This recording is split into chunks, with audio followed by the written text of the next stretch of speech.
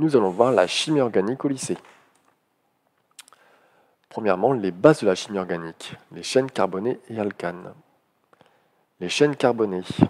Les molécules organiques possédant plus d'un atome de carbone présentent un enchaînement d'atomes de carbone.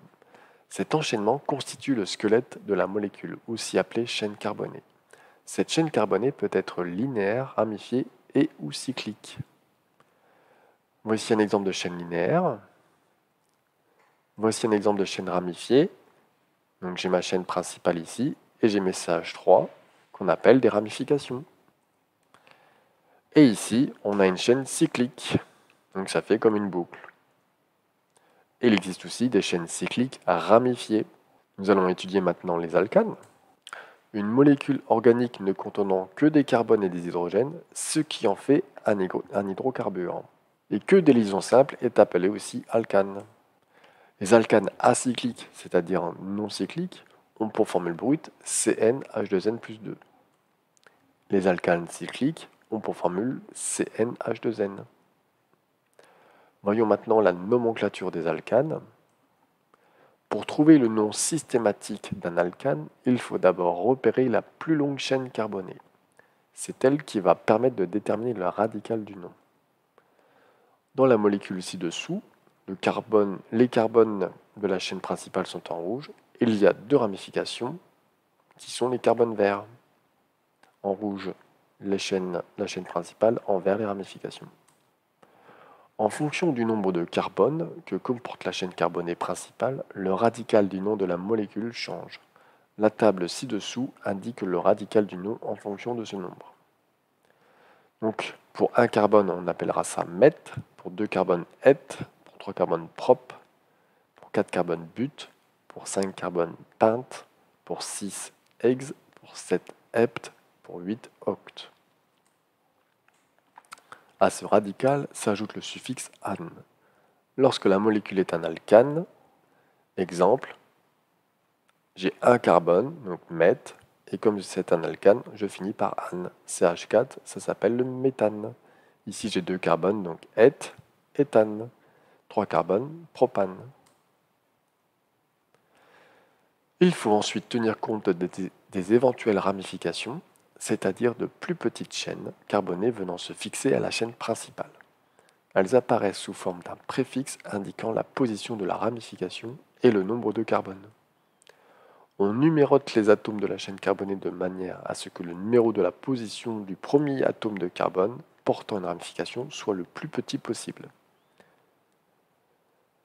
Donc en rouge, je vous ai fait une écriture fausse et en bleu, une écriture vraie. Donc pourquoi la rouge est fausse? Parce que la première ramification est en position 4.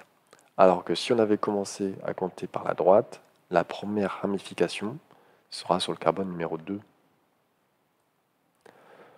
Le nombre de carbones de chaque ramification, une ramification est appelée aussi groupe alkyle, est indiqué par le même radical que pour la chaîne carbonée principale. Le nom d'une ramification est terminé par -yle.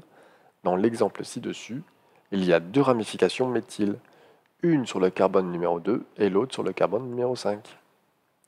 Enfin, on place le nom de ces ramifications méthyle, éthyle, propyle, etc. devant le nom de la chaîne linéaire dans l'ordre alphabétique en la faisant précéder du numéro du carbone qui la porte. Le E final de ce nom est supprimé. Si plusieurs ramifications identiques sont présentes, ces numéros sont groupés et on ajoute le préfixe di, tri, tétra devant le nom du groupe alkyle. Exemple. Pour le 2-méthylhexane, hexane parce que ma chaîne principale comporte 6 carbones, ane parce que c'est un alcane, et le 2 parce que le deuxième carbone ici a une ramification de type méthyle puisqu'il a un carbone. Donc c'est bien le 2-méthylhexane. Ici, le 2,2 diméthylhexane, donc ma chaîne principale, c'est toujours hexane, avec 6 carbones, mais j'ai 2 ramifications de type méthyle plantées sur le deuxième carbone. Il faut préciser à chaque fois chaque ramification. On répète, 2,2. Et diméthyle, le di veut dire qu'on a 2 fois le même substituant. Ici, le méthyle, donc diméthylhexane. Ici, j'ai le 6 carbones, donc chaîne principale hexane, 2,3 diméthyl. Et ici, j'ai un méthyle au deuxième carbone, un autre méthyle au deuxième carbone, et j'ai aussi un éthyle au troisième carbone. Et par ordre alphabétique, ce sera 3-éthyl 2,2 diméthylhexane. Remarque numéro 1, lorsque la chaîne est un cycle, on rajoute le préfixe cyclo. Exemple, cyclohexane, cyclopentane, etc. Remarque numéro 2, il arrive que le numéro précédant le groupe alkyle soit inutile, car sans ambiguïté, il doit être alors supprimé.